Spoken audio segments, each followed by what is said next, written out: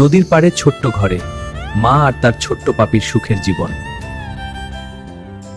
কিন্তু এই নদীতে ছিল না কোনো সেতু, নৌকা ছাড়া চলাচল ছিল অসম্ভব। হঠাৎ একদিন গুরুতর অসুস্থ হয়ে পড়লেন তার মা। সময় ফুরিয়ে যাচ্ছে, কিন্তু নদীতে নেই কোনো নৌকা। সময় মতো আনতে পারলে বাঁচানো যেত।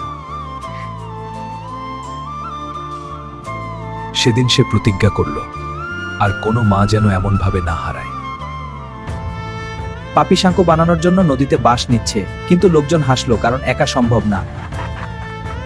দিন যায়, মাস যায়, তবুও থামে না তার চেষ্টা। অবশেষে নদীর বুকে দাঁড়িয়ে গেল সেই স্বপ্নের সাঁকো। আজ আর কেউ নৌকার জন্য অপেক্ষা করবে না, আর কোনো সন্তান হারাবে না তার মা।